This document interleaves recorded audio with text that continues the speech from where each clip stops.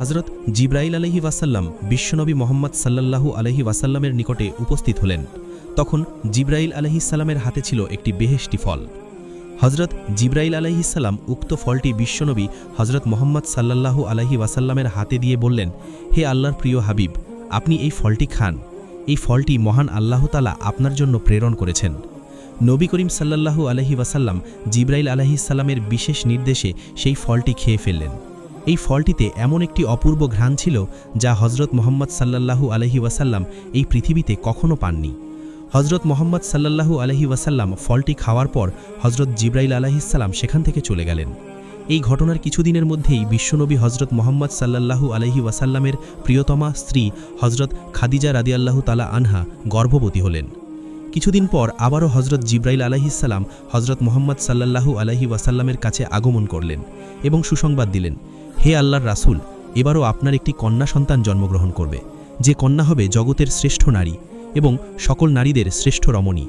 সুসংবাদ পেয়ে নবী করিম সাল্লাল্লাহু আলহি ওয়াসাল্লাম হজরত খাদিজা রাদিয়াল্লাহু তাআলা আনহার কাছে গেলেন এবং বললেন, হে ভাগ্যবতী খাদিজা, হজরত জিব্রাইল আলহিসাল্লামের মাধ্যমে আমি জানতে পেরেছি যে এবারও তোমার গর্ভে একটি কন্যা সন্তান অবস্থান করছেন, যে কন্যা হবে আবেদা, উত্তম চরিত্রের অধিকারী, ন্যায় এবং মুসলিম জাহানের শ্রেষ্ঠ আদর্শ নারী। হজরত ফাতেমা রাদিয়াল্লাহু তাআলা আনহা মায়ের পেটে থাকা অবস্থায় আম্মাজান খাদিজা রাদিয়াল্লাহু তাআলা আনহা কোনোদিনও কষ্ট অনুভব করেননি। এমনকি যেদিন ফাতেমা রাদিয়াল্লাহু তাআলা আনহা দুনিয়ার বুকে পদার্পণ করবেন, সেদিন হঠাৎ করে প্রসব বেদনা শুরু হলো। এই সময় হজরত খাদিজা রাদিয়াল্লাহু তাআলা আনহার ঘরে সাহায্য করার মতো কোনো স্ত্রীলোক ছিল না। হজরত খাদিজা রাদিয়াল্লাহু তাআলা আনহা সম্পূর্ণ একাকী ছিলেন। অতঃপর হজরত খাদিজা রাদিয়াল্লাহু তাআলা আনহা একজন দাসীকে তার আত্মীয় স্বজনদের নিকট পাঠালেন, যাতে তারা উপস্থিত হয়ে তাকে সাহায্য করতে পারেন। দাসী যখন তাদের কাছে গিয়ে বলল, তখন আত্মীয় স্বজন আসন্ন বিপদের কথা জেনেও কোনো সহযোগিতার হাত প্রসারিত করলেন না। এর একমাত্র কারণ ছিল আম্মা খাদিজা রাদিয়াল্লাহু তাআলা আনহা ইসলাম ধর্ম গ্রহণ করেছিলেন, যার কারণে প্রসব বেদনার বিপদের সময়েও তাকে সাহায্য করার জন্য কেউ এগিয়ে আসেননি। তারা খাদিজা রাদিয়াল্লাহু তাআলা আনহার দাসীকে বলে দিল, আরব জাহানের অনেক ধনাঢ্যবান এবং শিক্ষিত যুবক খাদিজাকে বিবাহের জন্য আশাবাদী ছিল, কিন্তু খাদিজা সকল যুবকদের প্রস্তাব প্রত্যাখ্যান করে শেষ পর্যন্ত একজন অশিক্ষিত নিঃস্ব দরিদ্র যুবক মুহাম্মাদকে স্বামী হিসেবে গ্রহণ করেছে। সে এই কাজের মাধ্যমে আমাদের বংশের মুখে চুনকালি মিহে দিয়েছে। এছাড়াও অশিক্ষিত যুবক মুহাম্মাদের নতুন ধর্ম গ্রহণ করে পুনরায় আমাদেরকে অপমানিত করেছে। এমত অবস্থায় তার সঙ্গে আমাদের কোনো সম্পর্ক রাখতে আমরা পারি না। অতঃপর দাসী হজরত খাদিজা রাদিয়াল্লাহু তাআলা আনহার কাছে ফিরে এসে সবকিছু খুলে বললেন। তখন হজরত খাদিজা রাদিয়াল্লাহু তাআলা আনহা মনে মনে ভাবলেন যে এই বিপদের সময় একমাত্র আল্লাহ তাআলাই সাহায্য করতে পারেন, এছাড়া আর কোনো সাহায্যকারী নেই। তিনি ইচ্ছা করলে মুহূর্তের মধ্যে বিপদ হতে রক্ষা করতে পারেন, আবার ইচ্ছা করলে বিপদের অসীম গহ্বরেও ফেলে দিতে পারেন। হজরত খাদিজা রাদিয়াল্লাহু তাআলা আনহা এসব চিন্তা করছিলেন, এমন সময় তিনি দেখতে পেলেন তার ঘরখানা অপূর্ব আলোকে আলোকিত হয়ে গিয়েছে। ভালো করে তাকাতে তিনি দেখতে পেলেন 4 জন জ্যোতির্ময়ী রমণী দাঁড়িয়ে আছেন। তিনি তাদেরকে দেখে অবাক হয়ে গেলেন। কিছুক্ষণ পরে তিনি তাদের দিকে তাকিয়ে আতঙ্কিত অবস্থায় জিজ্ঞেস করলেন, আপনারা কারা? কিসের জন্য এখানে এসেছেন? তখন তাদের মধ্যে একজন অভয় দিয়ে বললেন, মা, আপনার কোনো ভয় নেই। আপনি যে আল্লাহ তাআলাকে স্মরণ করেছিলেন, আমরা তারই নিকটে আপনাকে সাহায্য করতে এসেছি। আমার নাম হলো হাওয়া। এরপর দ্বিতীয় রমণী পরিচয় দিয়ে বললেন, আমিও আপনার খেদমতের জন্যই এসেছি। আমি মিশরের বাদশাহ ফেরাউনের স্ত্রী আসিয়া। আরেকজন বললেন, আমি হলাম হজরত ঈসা আলাইহিসসালামের আম্মাজান মারিয়া বিনতে ইমরান। সবার শেষে চতুর্থ রমণী বললেন, আমি হলাম হজরত মুসা আলাইহিসসালামের ভগ্নী কুলসুম। আমরা সবাই আল্লাহ তাআলার নির্দেশে আপনার সাহায্য করতে এসেছি। হজরত খাদিজা রাদিয়াল্লাহু তাআলা আনহা প্রসব বেদনায় কঠিন বিপদের সময় তাদের কাছে পেয়ে অত্যাধিক খুশি হলেন। অতঃপর নবুয়তের ৫ম বছর বিশ্বের জমাদিউল উখরা শুক্রবার ভোরে আরব ভূখণ্ড আলোকিত করে হজরত মুহাম্মদ সাল্লাল্লাহু আলাইহি ওয়াসাল্লামের পবিত্র ঘরে হজরত ফাতেমা রাদিয়াল্লাহু তাআলা আনহা ভূমিষ্ঠ হলেন। তার মন ভুলানো একটি সুন্দর ফুটফুটে পবিত্র চেহারার বাচ্চা দেখে মনে হয়েছিল চিরশান্তিময় বেহেশতের এক অপূর্ব জ্যোতি নিয়ে সকলকে খুশি করতেই যেন তিনি এই ধরাতে নেমে এসেছেন। শিশু কন্যার আগমনে খাদিজা রাদিয়াল্লাহু তাআলা আনহার ঘরটি আরও উজ্জ্বল হয়ে উঠল। আল্লাহর প্রেরিত স্বর্গীয় রমণীদের পরিচর্যায় এবং তাদের হাতের উপরে যে পুণ্যবতী শিশু পৃথিবীতে আগমন করেছেন, তার তুলনা দুনিয়ার আর কি হতে পারে? কন্যা জন্মের সংবাদ পেয়ে হুজুর সাল্লাল্লাহু আলাইহি ওয়াসাল্লাম খুশি হলেন। পরম সুন্দরী কন্যার নাম রাখলেন ফাতেমা। ফাতেমা রাদিয়াল্লাহু তাআলা আনহার আরও কয়েকটি গুণবাচক নাম ছিল, যার মধ্যে একটি ছিল জোহরা। জোহরা অর্থ ফুলের কলি। বাস্তবিকভাবে তিনি একটি সুন্দর ফুলের কলির মতো রূপবতী ছিলেন। হুজুর মোহাম্মদ সাল্লাল্লাহু আলাইহি ওয়াসাল্লাম এর পূর্বে কন্যার গুণাবলী সম্বন্ধে জিব্রাইল আলাইহি ওয়াসাল্লামের নিকট সবকিছু অবগত হয়েছিল, তাই তিনি কন্যাকে পেয়ে খুব খুশি হয়েছিলেন।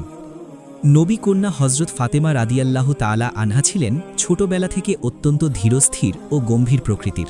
বাল্য বয়সে সাধারণ মেয়েরা খেলাধুলা এবং দৌড়ঝাঁপ করে থাকে, কিন্তু হজরত ফাতেমা রাদিয়াল্লাহু তাআলা আনহা ছিলেন তার সম্পূর্ণ বিপরীত। তিনি বাজে কোনো মেয়েদের সাথে মিশতেন না। শিশু বয়স ও বাল্য বয়সেই তিনি ছিলেন নির্জন প্রকৃতি। তিনি একাকী ও নির্জনতা বেশ পছন্দ করতেন। তাকে কোনোদিনও কোনো সময় তার সমবয়সীদের সাথে একত্রে খেলাধুলা এবং দৌড়াদৌড়ি করতে দেখা যায়নি। শিশু বয়সে তিনি তার মাতার পাশাপাশি থাকতে বেশ ভালোবাসতেন। একবার হজরত খাদিজা রাদিয়াল্লাহু তাআলা আনহা যখন হজরত ফাতেমা রাদিয়াল্লাহু তাআলা আনহাকে নানা বিষয়ে বোঝাচ্ছিলেন, এমন সময় হজরত ফাতেমা রাদিয়াল্লাহু তাআলা আনহা তার মায়ের কাছে প্রশ্ন করলেন, আম্মাজান, আল্লাহর নানা বিষয়ের কুদরত আমরা দেখতে পাই, আল্লাহ কি নিজে আমাদের সাথে দেখা দিতে পারেন না? হজরত খাদিজা রাদিয়াল্লাহু তাআলা আনহা হজরত ফাতেমা রাদিয়াল্লাহু তাআলা আনহাকে এমন প্রশ্ন করতে দেখে চমকে উঠলেন। তিনি তার প্রশ্নের উত্তর দিলেন, হে ফাতেমা, আমরা দুনিয়ায় তাকে দেখতে পারবো না, কারণ আমাদের চামড়ার চোখ দিয়ে আল্লাহকে দেখা সম্ভব নয়। কিন্তু দুনিয়ার বুকে যদি কেউ আমরা আল্লাহর ইবাদত বন্দেগী করি এবং তার সন্তুষ্টি লাভ করতে পারি, তবে তার দেখা পাবো কিয়ামত দিবসে। এমনিভাবে হজরত ফাতেমা রাদিয়াল্লাহু তাআলা আনহা দিনে দিনে আল্লাহর প্রতি দারুণ আস্থাশীল হয়ে উঠলেন। আল্লাহর প্রেম, সত্যবাদিতা, নম্র বিনয়, সদাচার, পরোপকারিতা ইত্যাদি গুণ তার মধ্যে সৃষ্টি হয়েছিল। হজরত ফাতেমা রাদিয়াল্লাহু তাআলা আনহা ছোটকাল থেকেই সর্বশ্রেষ্ঠ মহামানব হজরত মুহাম্মদ সাল্লাল্লাহু আলাইহি ওয়াসাল্লামের আদর্শ গ্রহণ করেছিলেন। ফলে হজরত মুহাম্মদ সাল্লাল্লাহু আলাইহি ওয়াসাল্লামের প্রতিটি গুণের সমাহার ঘটেছিল হজরত ফাতেমা রাদিয়াল্লাহু তাআলা আনহার মধ্যে। হজরত ফাতেমা রাদিয়াল্লাহু তাআলা আনহা ছোটকাল থেকে হজরত মুহাম্মদ সাল্লাল্লাহু আলাইহি ওয়াসাল্লামকে অত্যন্ত ভালোবাসতেন। এভাবেই হজরত ফাতেমা রাদিয়াল্লাহু তাআলা আনহা দেখতে দেখতে বড় হয়ে গেলেন। একদিন রাসূল সাল্লাল্লাহু আলাইহি ওয়াসাল্লাম কোনো এক স্থান হতে বাড়ির দিকে যাচ্ছিলেন। এমন সময় হঠাৎ খোদাত্রোহী পুরুষ তার রাস্তা অবরোধ করে শুধু পথ রোধ করে দাঁড়ালো তাই নয়, বরং সে হজরত মুহাম্মদ সাল্লাল্লাহু আলাইহি ওয়াসাল্লামকে নানা ভাষায়, অকথ্য ভাষায় গালিগালাজ করতে লাগল। এমনকি সে রাসূল সাল্লাল্লাহু আলাইহি ওয়াসাল্লামের মাথায় কতগুলো ধুলোবালি নিক্ষেপ করল। কিন্তু মানবতার মহান শিক্ষক দয়ার আধার কোনো কিছুই না বলে চুপচাপ দাঁড়িয়ে রইলেন। ইতিমধ্যে হজরত ফাতেমা রাদিয়াল্লাহু তাআলা আনহা সেখানে উপস্থিত হয়ে এমন অমানবিক দৃশ্য দেখে তিনি স্থির থাকতে পারলেন না, বরং তিনি পিতার মাথার ধুলো ঝাড়তে ঝাড়তে খোদাদ্রোহী পুরুষকে লক্ষ্য করে বললেন, তোমরা কি মানুষ নাকি অমানুষ? তোমাদের মধ্যে মানবতার লেশমাত্র নেই। আমার পিতা তোমাদের কি ক্ষতি করেছে যে তোমরা তার সাথে এমন অমানবিক অত্যাচার করছো? যোগ্য পিতার আদর্শবান মেয়ে হজরত ফাতেমা রাদিয়াল্লাহু তাআলা আনহার তিরস্কারে খোদাদ্রোহী পুরুষ জবাব দিতে না পেরে কোনো কিছু না বলে লজ্জিত হয়ে সেখান থেকে চলে গেল। অনুরূপভাবে আরেক দিনের ঘটনা, রাসূল সাল্লাল্লাহু আলাইহি ওয়াসাল্লাম কাবার সামনে নামাজরত অবস্থায় ছিলেন। এমন সময় খোদাদ্রোহী পুরুষরা অদূরে দণ্ডায়মান হয়ে হজরত মুহাম্মদ সাল্লাল্লাহু আলাইহি ওয়াসাল্লামকে নানা ভাষায় অকথ্যভাবে গালিগালাজ করছিল। রাসূল সাল্লাল্লাহু আলাইহি ওয়াসাল্লাম যখন নামাজরত অবস্থায় সেজদায় গেলেন, এমন সময় খোদাদ্রোহী পুরুষরা একটা উটের নাড়ি ভুঁড়ি এনে মাথার উপর চাপিয়ে দিল। মুহূর্তের মধ্যে তার পরিহিত কাপড় চোপড় নষ্ট হয়ে গেল। নাড়ি ভুঁড়ির চাপে কোনোভাবে রাসূল সাল্লাল্লাহু আলাইহি ওয়াসাল্লাম মাথা তুলতে পারছিলেন না। বিশ্বনবী হজরত মুহাম্মদ সাল্লাল্লাহু আলাইহি ওয়াসাল্লামের এমন দৃশ্য দেখে কুরাইশরা অট্টহাসিতে ভেঙে পড়ল। হজরত ফাতেমা রাদিয়াল্লাহু তাআলা আনহা খবর পেয়ে সেখানে উপস্থিত হলেন এবং নিজের পিতার এরূপ অবস্থা দেখে নিজেকে স্থির রাখতে পারলেন না। তিনি তৎক্ষণাৎ চোখের পানি মুছতে মুছতে বিশ্বনবী হজরত মুহাম্মদ সাল্লাল্লাহু আলাইহি ওয়াসাল্লামের মাথার উপর থেকে নাড়ি ভুঁড়িগুলো সরিয়ে ফেলে দিলেন। নাড়ি ভুঁড়ি ফেলে দিয়ে মনের চাপা ক্ষোভ দূর করতে পারলেন না, বরং পিতার পাশে দণ্ডায়মান হয়ে কঠোর ভাষায় তাদেরকে তিরস্কার করতে লাগলেন। হজরত ফাতিমা রাদিয়াল্লাহু তাআলা আনহার তিরস্কারমূলক কথা শুনে খোদাদ্রোহী কাফেররা লজ্জিত হয়ে সেখান থেকে চলে গেলেন। ঐতিহাসিক উহুদ যুদ্ধের সময় কাফেররা পাথর মেরে বিশ্বনবী হজরত মুহাম্মদ সাল্লাল্লাহু আলাইহি ওয়াসাল্লামকে আহত করেন। এমনকি পাথরের আঘাতে তার পবিত্র দন্ত মোবারক ভেঙে যায়। রাসূল সাল্লাল্লাহু আলাইহি ওয়াসাল্লামের আহত হওয়ার সংবাদ পেয়ে হজরত ফাতেমা রাদিয়াল্লাহু তাআলা আনহা অস্থির হয়ে পড়েন। ওই মুহূর্তেই তিনি উহুদ ময়দানে উপস্থিত হলেন। হজরত ফাতেমা রাদিয়াল্লাহু তাআলা আনহা উহুদ ময়দানে উপস্থিত হয়ে দেখতে পেলেন তার আব্বাজানের পবিত্র দন্ত এবং কপাল মোবারক হতে অঝরে রক্ত পড়ছে। অজ্ঞান হয়ে তিনি মাটিতে পড়ে আছেন। এমন হৃদয়গ্রাহী দৃশ্য দেখে হজরত ফাতেমা রাদিয়াল্লাহু তাআলা আনহা বিশ্বনবী হজরত মুহাম্মদ সাল্লাল্লাহু আলাইহি ওয়াসাল্লামের পবিত্র মাথা মোবারক নিজের কোলের উপর তুলে নিলেন। তার দু চোখ থেকে ঝরঝর করে পানি পড়ে বক্ষস্থল প্লাবিত হয়ে গেল। ইসলামী বীর সৈনিক হজরত আলী রাদিয়াল্লাহু তাআলা আনহু ঢালে করে পানি নিয়ে আসলেন। সে পানির ধারায় ফাতেমা রাদিয়াল্লাহু তাআলা আনহা তার আব্বাজানের ক্ষতস্থান ধৌত করে দিলেন। এমনিভাবেই আরও বহু ঘটনা রয়েছে যে ফাতেমা রাদিয়াল্লাহু তাআলা আনহা তার জীবনে পিতামাতার বিপদাপদ দেখলে নিজেকে সুস্থ রাখতে পারতেন না, যার কারণে নবী করিম সাল্লাল্লাহু আলাইহি ওয়াসাল্লাম তার এই কলিজার টুকরা মেয়েটিকে প্রচণ্ড মহাব্বত করতেন। এমনকি রাসূল সাল্লাল্লাহু আলাইহি ওয়াসাল্লাম সাহাবীদের উদ্দেশ্যে বলতেন, আমার কলিজার টুকরা নয়নের মণি হজরত ফাতেমা হল আমার দেহের অংশবিশেষ। তাকে যে ব্যক্তি রাগান্বিত করল, মনে রাখবে সে আমাকে কষ্ট দিয়ে আমার সাথে সম্পর্কের অবনতি ঘটালো। হজরত ফাতেমা রাদিয়াল্লাহু তাআলা আনহার বোনদের বিবাহ হয়ে যাওয়ার পর পিতামাতার সংসারে একমাত্র ফাতেমা ছিলেন স্নেহ মমতার অধিকারিণী। পিতামাতা উভয়ই স্নেহ মমতা পেয়ে হজরত ফাতেমা রাদিয়াল্লাহু তাআলা আনহা আনন্দের জীবন কাটাতে লাগলেন। কিন্তু তার এই সুখ বেশিদিন স্থায়ী হল না, কেননা খাদিজা রাদিয়াল্লাহু তাআলা আনহা বিভিন্ন রোগে শোকে অতিশয় দুর্বল হয়ে পড়লেন। একদিকে বার্ধক্য, অন্যদিকে বিভিন্ন ধরনের রোগ, যার কারণে আস্তে আস্তে হজরত খাদিজা রাদিয়াল্লাহু তাআলা আনহার শরীর দুর্বল হয়ে পড়ল। হজরত খাদিজা রাদিয়াল্লাহু তাআলা আনহার রোগে আক্রান্ত হয়ে বিশ্বনবী হজরত মুহাম্মদ সাল্লাল্লাহু আলাইহি ওয়াসাল্লামের সেবা যত্ন করতে পারছেন না বলে সর্বদা দুঃখ করতেন এবং কান্না ভেজা কণ্ঠে আল্লাহর দরবারে বলতেন, হে আল্লাহ, আমি জীবনের শেষ প্রান্তে এসে উপস্থিত হয়েছি, আমার জীবনের জন্য কোনো মায়া নেই। আমার আফসোসের বিষয় হলো জীবনের শেষ মুহূর্তে বিশ্বনবী হজরত মুহাম্মদ সাল্লাল্লাহু আলাইহি ওয়াসাল্লামের চরণ সেবা হতে বঞ্চিত হলাম। আমার মতো হতভাগিনী নারী এই পৃথিবীতে আর একটিও খুঁজে পাওয়া যাবে না। খাদিজা রাদিয়াল্লাহু তাআলা আনহার আবেগ জোড়ানো কান্না ভেজা কণ্ঠের কথাগুলি শুনে কিশোরী কন্যা হজরত ফাতেমা রাদিয়াল্লাহু তাআলা আনহা মারির হৃদয়ের চাপা কষ্ট অনুধাবন করতে পেরেছিলেন। তাই কিশোরী কন্যা হজরত ফাতেমা রাদিয়াল্লাহু তাআলা আনহা মাকে বললেন, আম্মাজান, আপনি চিন্তা করবেন না, আপনার স্থানে আমি সর্বদা আব্বাজানের খেদমত এবং পরিচর্যা করব। আমার জীবন থাকতে আব্বাজানের খেদমতের কোনো ত্রুটি হবে না। মৃত্যুর পথযাত্রী খাদিজা রাদিয়াল্লাহু তাআলা আনহা মেয়ের কথা শুনে খুবই আনন্দিত হলেন। হাসি মুখে মেয়েকে বললেন, হে ফাতেমা, তুমি আমার প্রাণের মা। এই পৃথিবী হতে আমি চলে যাওয়ার পর কোনো দুঃখ করবে না, বরং সর্বদা তার মাগফেরাতের জন্য আল্লাহর দরবারে প্রার্থনা করবে। তবে তোমার কাছে আমার শেষ অনুরোধ হলো, আমার মৃত্যুর পরে তোমার আব্বাজানের খেদমত এবং সেবা যত্নের ভার তুমি গ্রহণ করবে। মনে রেখো, তোমার আব্বার খেদমত এবং সেবা যত্ন করলে ইহকাল ও পরকালে তোমার কল্যাণ হবে। আমি রহমানি রাহিম আল্লাহর কাছে দোয়া করি, আল্লাহ যেন তোমাকে তোমার পিতার খেদমত করার সুযোগ দান করেন এবং তার খেদমতের বিনিময়ে আল্লাহ তাআলা যেন তোমাকে সমস্ত মানবজাতির মধ্যে শ্রেষ্ঠত্বের আসন দান করেন।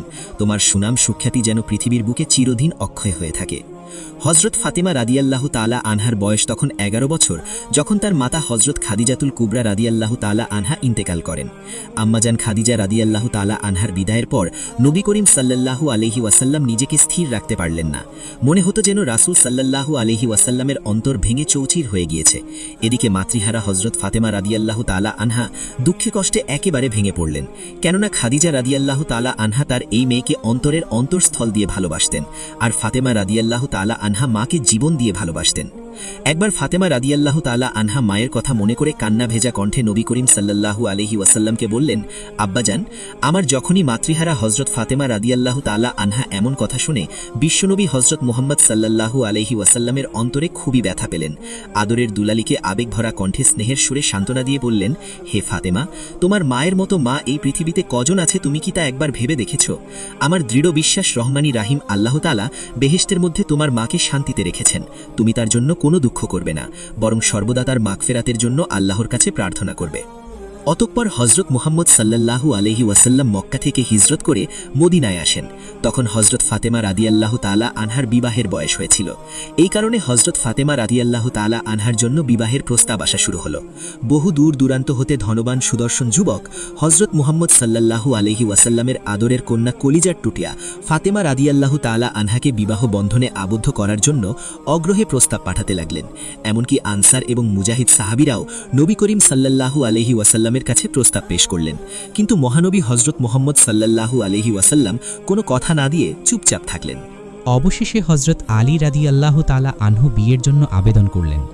হজরত আলী রাদিয়াল্লাহু তাআলা আনহু আবেদন করার সাথে সাথে হজরত মুহাম্মদ সাল্লাল্লাহু আলাইহি ওয়াসাল্লাম বললেন, বিবাহের মহরানা আদায় করার মতো তোমার নিকট কি আছে? হজরত আলী রাদিয়াল্লাহু তাআলা আনহু বললেন, আমার কাছে একটি ঘোড়া আর একটি বর্ম ছাড়া আর কিছুই নেই। তখন রাসূল সাল্লাল্লাহু আলাইহি ওয়াসাল্লাম বললেন, যুদ্ধের জন্য অবশ্যই ঘোড়া দরকার, তাই তুমি বর্মটি বিক্রি করতে পারো। এই নির্দেশ পেয়ে হজরত আলী রাদিয়াল্লাহু তাআলা আনহু আদবের সাথে সেখান থেকে বিদায় নিলেন। অতঃপর হজরত আলী রাদিয়াল্লাহু তাআলা আনহু অনেক খোঁজাখুঁজি করে উপযুক্ত গ্রাহক না পেয়ে বর্মটি নিয়ে পরের দিন হজরত মুহাম্মদ সাল্লাল্লাহু আলাইহি ওয়াসাল্লামের দরবারে উপস্থিত হলেন। ওই মুহূর্তে রাসূল সাল্লাল্লাহু আলাইহি ওয়াসাল্লামের দরবারে হজরত আবু বকর সিদ্দিক রাদিয়াল্লাহু তাআলা আনহু, হজরত ওমর রাদিয়াল্লাহু তাআলা আনহু এবং হজরত উসমান রাদিয়াল্লাহু তাআলা আনহু সহ আরও অনেক সাহাবী উপস্থিত ছিলেন। তখন বিশ্বনবী হজরত মুহাম্মদ সাল্লাল্লাহু আলাইহি ওয়াসাল্লাম নিজেই উপস্থিত সাহাবীদেরকে লক্ষ্য করে বললেন, তোমাদের মধ্যে এমন কেউ আছো কি যে উপযুক্ত মূল্য দিয়ে হজরত আলী রাদিয়াল্লাহু তাআলা আনহুর এই বর্মটি ক্রয় করতে পারো? রাসূল সাল্লাল্লাহু আলাইহি ওয়াসাল্লামের কথা শোনা মাত্রই কাল বিলম্ব না করে হজরত উসমান রাদিয়াল্লাহু তাআলা আনহু বললেন, হে আল্লাহর রাসূল, আমি 480 দিরহাম মূল্য দিয়ে বর্মটি ক্রয় করতে পারি। প্রত্যাশিত হজরত উসমান রাদিয়াল্লাহু তাআলা আনহুর কথা অনুযায়ী হজরত রাসূল সাল্লাল্লাহু আলাইহি ওয়াসাল্লাম বর্মটি হজরত উসমান রাদিয়াল্লাহু তাআলা আনহুর হাতে দিয়ে দিলেন। হজরত উসমান রাদিয়াল্লাহু তাআলা আনহু মনের খুশিতে নগদ 480 দিরহাম দিয়ে বর্মটি কিনে নিলেন এবং এই অর্থ রাসূল সাল্লাল্লাহু আলাইহি ওয়াসাল্লামকে দিয়ে দিলেন। অতঃপর হজরত মুহাম্মদ সাল্লাল্লাহু আলাইহি ওয়াসাল্লাম টাকা নিয়ে হজরত আলীর হাতে দিয়ে দিলেন। অতঃপর হজরত রাসূল সাল্লাল্লাহু আলাইহি ওয়াসাল্লামের নির্দেশে হজরত আলী রাদিয়াল্লাহু তাআলা আনহু মসজিদে উপস্থিত হলেন। হজরত রাসূল সাল্লাল্লাহু আলাইহি ওয়াসাল্লাম নিজেই বিবাহের খুতবা পাঠ করলেন। খুতবা শেষ করে রাসূল সাল্লাল্লাহু আলাইহি ওয়াসাল্লাম উপস্থিত সাহাবীদেরকে লক্ষ্য করে বললেন, তোমরা সকলে জেনে রাখো এবং সাক্ষী থাকো, আমি 400 দিরহাম মহরের বিনিময়ে আলী ইবনে আবু তলেবের সাথে আমার কন্যা ফাতেমাকে বিবাহ দিচ্ছি। এরপর হজরত মুহাম্মদ সাল্লাল্লাহু আলাইহি সাল্লাম হজরত আলী রাদিয়াল্লাহু তাআলা আনহুকে সম্বোধন করে বললেন, আমি আমার কন্যা ফাতেমাতুজ জোহরাকে 400 দিরহাম মহরের বিনিময়ে তোমার সঙ্গে বিবাহ দিলাম, তোমার এতে সম্মতি আছে কি? তখন হজরত আলী রাদিয়াল্লাহু তাআলা আনহু বললেন, আলহামদুলিল্লাহ, কবুল। শুভ বিবাহের আনুষ্ঠানিকতা শেষ হবার পর রাসূল সাল্লাল্লাহু আলাইহি ওয়াসাল্লামের প্রিয় জামাতা হজরত আলী রাদিয়াল্লাহু তাআলা আনহুকে আপন নিজ গৃহে নিয়ে গেলেন। যেহেতু আলী রাদিয়াল্লাহু তাআলা আনহুর নিজস্ব কোনো বাড়ি ছিল না, তাই ফাতেমা রাদিয়াল্লাহু তাআলা আনহা তার বাবার ঘরেই থেকে যান। বিয়ে শাদীর পর হজরত আলী রাদিয়াল্লাহু তাআলা আনহু একা একা থাকা আর সহ্য হল না। এক পর্যায়ে তিনি ফাতেমা রাদিয়াল্লাহু তাআলা আনহাকে সর্বদা কাছে রাখার ইচ্ছে পোষণ করলেন, কিন্তু তিনি তাকে কোথায় রাখবেন? তার তো কোনো ঘর বাড়ি ছিল না, তিনি নিজেই থাকেন পরের বাড়িতে। হজরত আলী রাদিয়াল্লাহু তাআলা আনহু নিজে যখন চলতে পারেন না, তখন অন্যের দায়িত্ব কিভাবে নেবেন? তার অবস্থা এমন হয় যে একবেলা আহার করেন আর 3 বেলা পেটে পাথর বেঁধে থাকেন। এসব চিন্তা করে হজরত আলী রাদিয়াল্লাহু তাআলা আনহু নিজেকে অসহায় ভাবতে শুরু করলেন। বিবাহের পর স্ত্রী স্বামীর বাড়িতে না থেকে পিত্রালয়ে থাকবেন, এটা স্বামীর জন্য কখনোই ভালো বিষয় নয়। মনে মনে অনেক চিন্তা করলেও ফাতেমা রাদিয়াল্লাহু তাআলা আনহার কথা মনে করলে তাকে সার্বক্ষণিক কাছে পাওয়ার জন্য মন ব্যাকুল হয়ে ওঠে। ফলে হজরত আলী রাদিয়াল্লাহু তাআলা আনহু মনের সংকল্প ঝেড়ে ফেলে দিয়ে তিনি ইচ্ছে করলেন যেভাবেই হোক তিনি স্ত্রীকে তার ঘরে নিয়ে আসবেন। শেষ পর্যন্ত হজরত আলী রাদিয়াল্লাহু তাআলা আনহু প্রিয়তমা স্ত্রী হজরত ফাতেমা রাদিয়াল্লাহু তাআলা আনহাকে নিয়ে স্বাধীনভাবে ঘর সংসার করার জন্য একটি ভাড়া বাড়ি নিলেন। কিন্তু মনের মধ্যে আশার জাল বুনলেও অতিশয় লাজুক হজরত আলী রাদিয়াল্লাহু তাআলা আনহু রাসূল সাল্লাল্লাহু আলাইহি ওয়াসাল্লামের কাছে গিয়ে বলতে পারলেন না যে আপনার কলিজার টুকরো মেয়েকে আপনার ঘর হতে আমার ভাড়া করা ছোট্ট বাড়িতে নিয়ে যাব। হজরত আলী রাদিয়াল্লাহু তাআলা আনহু হজরত ফাতেমা রাদিয়াল্লাহু তাআলা আনহাকে তার গৃহে নিয়ে আসার বিষয়টা নিয়ে সব সময় গভীর চিন্তায় নিমগ্ন থাকতেন। এক পর্যায়ে হজরত আলী রাদিয়াল্লাহু তাআলা আনহুর ছোট ভাই হজরত আকিল রাদিয়াল্লাহু তাআলা আনহু তার ভাইয়ের মনের চঞ্চলতা দেখে বুঝতে পারলেন, যার কারণে তিনি একদিন ভাইকে বললেন, আমার মনের একান্তিক ইচ্ছা আপনি আপনার স্ত্রীকে নিজের বাড়িতে নিয়ে আসুন। ভাইয়ের কথা শুনে হজরত আলী রাদিয়াল্লাহু তাআলা আনহু রাসূল সাল্লাল্লাহু আলাইহি ওয়াসাল্লামের অনুমতির কথা বললেন। আকিল রাদিয়াল্লাহু তাআলা আনহু ভাইয়ের এমন কথা শোনা মাত্র হজরত আলী রাদিয়াল্লাহু তাআলা আনহুকে নিয়ে উম্মুল মুমিনিন হজরত আয়েশা রাদিয়াল্লাহু তাআলা আনহার ঘরে চলে গেলেন। আকিলের মুখে হজরত আলী রাদিয়াল্লাহু তাআলা আনহুর বাসনার কথা শুনে হজরত আয়েশা রাদিয়াল্লাহু তাআলা আনহা রাসূল সাল্লাল্লাহু আলাইহি ওয়াসাল্লামের দরবারে উপস্থিত হলেন। হজরত আয়েশা রাদিয়াল্লাহু তাআলা আনহা সালাম দিয়ে নবী করিম সাল্লাল্লাহু আলাইহি ওয়াসাল্লামকে বললেন, আমার চাচাতো ভাই হজরত আলী রাদিয়াল্লাহু তাআলা আনহু আপনার কলিজার টুকরো মেয়ে এবং তার স্ত্রী হজরত ফাতেমা রাদিয়াল্লাহু তাআলা আনহাকে তার নিজের গৃহে নেয়ার অভিলাষী হয়েছেন, কিন্তু হজরত আলী রাদিয়াল্লাহু তাআলা আনহু অতিশয় লাজুক বলে এই বিষয়ে আপনাকে জানাবার মতো সাহস করতে পারছেন না। হজরত আয়েশা রাদিয়াল্লাহু তাআলা আনহার মুখে এই কথা শুনে হজরত আলী রাদিয়াল্লাহু তাআলা আনহুকে বিশেষভাবে নবী করিম সাল্লাল্লাহু আলাইহি ওয়াসাল্লামের সামনে উপস্থিত হবার জন্য বললেন। লাজুক হজরত আলী রাদিয়াল্লাহু তাআলা আনহু আদবের সাথে তার সামনে আসলেন। হজরত আলী রাদিয়াল্লাহু তাআলা আনহুর আনন্দ দেখে রাসূল সাল্লাল্লাহু আলাইহি ওয়াসাল্লাম বললেন, আলী, তোমার কি ইচ্ছা আমি তোমার স্ত্রী ফাতেমাকে আমার ঘর হতে বিদায় করে দিই? তখন হজরত আলী রাদিয়াল্লাহু তাআলা আনহু আদবের সাথে বিনীত হয়ে বললেন, ইয়া রাসূলাল্লাহ, আমার এটাই আরজি। হজরত আলী রাদিয়াল্লাহু তাআলা আনহুর মুখে হ্যাঁ বোধক কথা শুনে রাসূল সাল্লাল্লাহু আলাইহি ওয়াসাল্লাম কিছু দিরহাম তার হাতে তুলে দিয়ে বললেন, বাজার থেকে আটা, ঘি ইত্যাদি কিনে আনো। অতঃপর আলী রাদিয়াল্লাহু তাআলা আনহু বাজার করে নিয়ে আসলেন। অতঃপর রাসূল সাল্লাল্লাহু আলাইহি ওয়াসাল্লাম নিজ হাতে রুটির সঙ্গে পনির, ঘি ইত্যাদি মেখে লজিস নামক এক প্রকার খাদ্য তৈরি করলেন এবং উপস্থিত সকলকে খেতে দিলেন। একটি পেয়ালাতে অবশিষ্ট লজিস ভরে তিনি বললেন, এইটুকু হলো আমার মেয়ে এবং তার স্বামীর জন্য। অতঃপর রাসূল সাল্লাল্লাহু আলাইহি ওয়াসাল্লামের নির্দেশক্রমে ফাতেমা রাদিয়াল্লাহু তাআলা আনহাকে উপস্থিত করা হলো। নবী করিম সাল্লাল্লাহু আলাইহি ওয়াসাল্লাম ফাতেমা রাদিয়াল্লাহু তাআলা আনহাকে হজরত আলী রাদিয়াল্লাহু তাআলা আনহুর হাতে তুলে দিলেন এবং বললেন, হে আলী, মাতৃহারা কলিজার টুকরো নয়নের মণি ফাতেমা কল্যাণের কারণ হোক। অতঃপর ফাতেমা রাদিয়াল্লাহু তাআলা আনহাকে লক্ষ্য করে আবেগ জড়ানো কণ্ঠে বললেন, হে ফাতেমা, তোমার স্বামী হজরত আলী রাদিয়াল্লাহু তাআলা আনহু সার্বিক দিক থেকে প্রশংসার যোগ্য। এখন তোমরা উভয়ের মধ্যে মধুর সম্পর্ক স্থাপন করে নিজ গৃহে বসবাস করো। রাসূল সাল্লাল্লাহু আলাইহি ওয়াসাল্লামের নির্দেশে এবং দোয়া নিয়ে হজরত ফাতেমা রাদিয়াল্লাহু তাআলা আনহা হজরত আলী রাদিয়াল্লাহু তাআলা আনহুর ঘরে গেলেন। প্রিয় বন্ধুগণ, হজরত ফাতেমা রাদিয়াল্লাহু তাআলা আনহার কষ্টের জীবনের গুরুত্বপূর্ণ বিষয়গুলো নিয়ে দ্বিতীয় পর্ব চাইলে কমেন্টস করুন।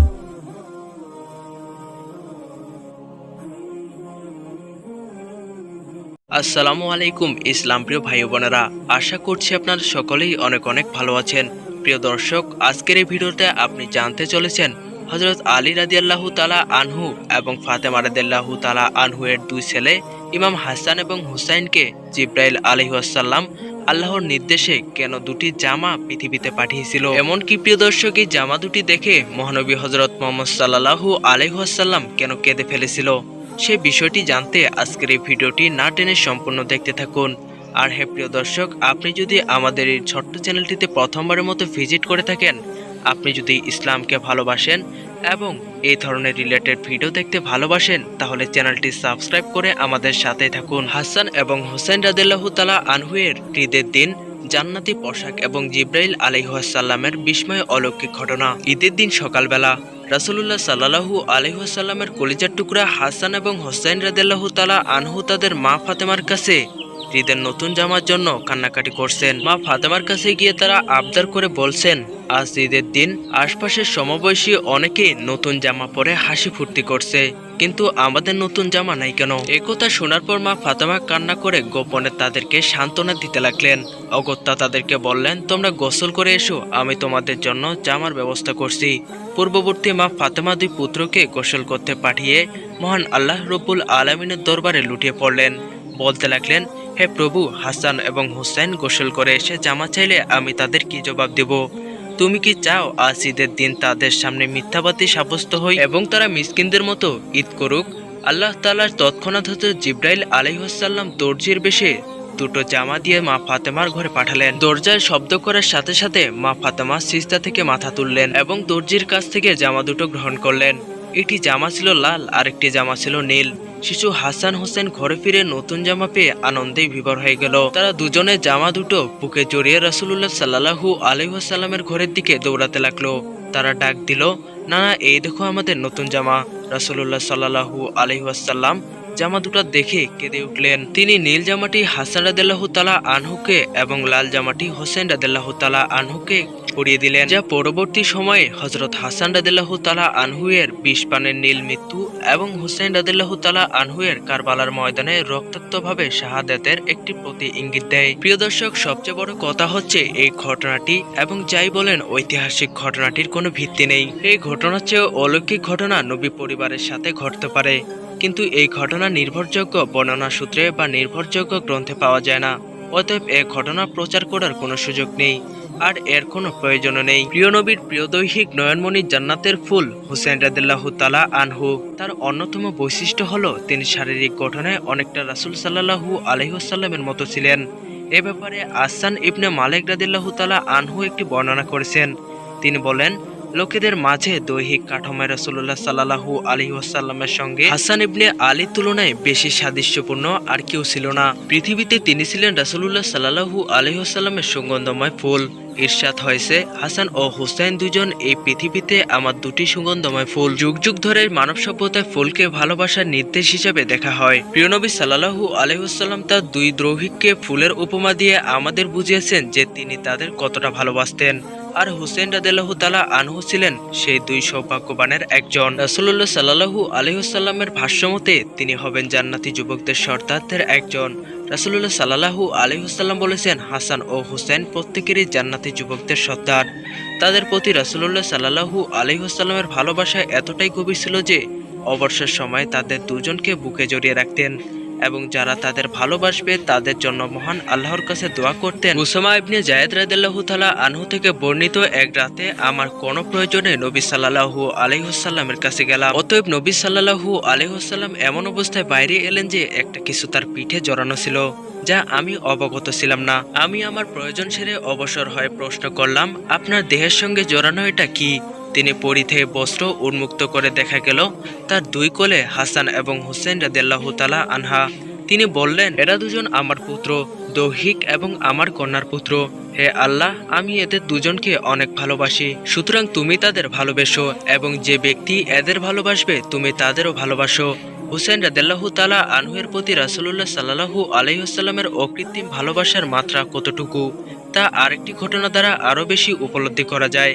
একদিন হুসেইন রাদিয়াল্লাহু তাআলা আনহুর গলির মধ্যে খেলা করছিলেন। প্রিয় নবী সাল্লাল্লাহু আলাইহি ওয়াসাল্লাম সে পথ দিয়ে যাচ্ছিলেন। তিনি লোকদের অগ্রভাগে এগিয়ে এলেন এবং তার দুই হাত প্রসারিত করলেন। বালকটি এদিক ওদিক পালাতে থাকলো, কিন্তু নবী সাল্লাল্লাহু আলাইহি ওয়াসাল্লাম তাকে হাসতে হাসতে ধরে ফেললেন। এরপর তিনি তার এক হাত ছেলের চোয়ালের নিচে রাখলেন এবং অন্য হাত তার মাথার তালুতে রাখলেন। তিনি তাকে চুমু দিলেন এবং বললেন, হুসেইন আমার থেকে এমন, আমি হুসেইনের থেকে যে ব্যক্তি হুসেইনকে ভালোবাসে আল্লাহ তাআলা তাকে ভালোবাসেন। হুসেইন আমার নাতিদের একজন। অতএব আমরা যদি আল্লাহর ভালোবাসা পেতে চাই আমাদের অবশ্যই রাসূলুল্লাহ সাল্লাল্লাহু আলাইহি ওয়াসাল্লামের প্রতি পূর্ণ ভালোবাসা স্থাপন করতে হবে। তিনি যাদের ভালোবাসতেন তাদের ভালোবাসতে হবে। হুসেইন ও হাসান রাদিয়াল্লাহু তাআলা আনহুকেও আল্লাহর জন্য ভালোবাসতে হবে। তো প্রিয় দর্শক, এই ছিল হযরত হাসান এবং হুসেইন রাদিয়াল্লাহু তাআলা আনহুয়ের জান্নাতি পোশাকের অলৌকিক ঘটনা। তো প্রিয় দর্শক, সর্বোপরি আপনার কাছে ঘটনাটি কেমন লাগলো তা অবশ্যই আমাদেরকে কমেন্ট বক্সে জানাতে একদমই ভুলবেন না। এবং প্রিয় দর্শক, এই রিলেটেড ভিডিও পেতে এই চ্যানেলটি এক্ষুনি সাবস্ক্রাইব করে আমাদের সাথে থাকুন। আল্লাহ হাফেজ।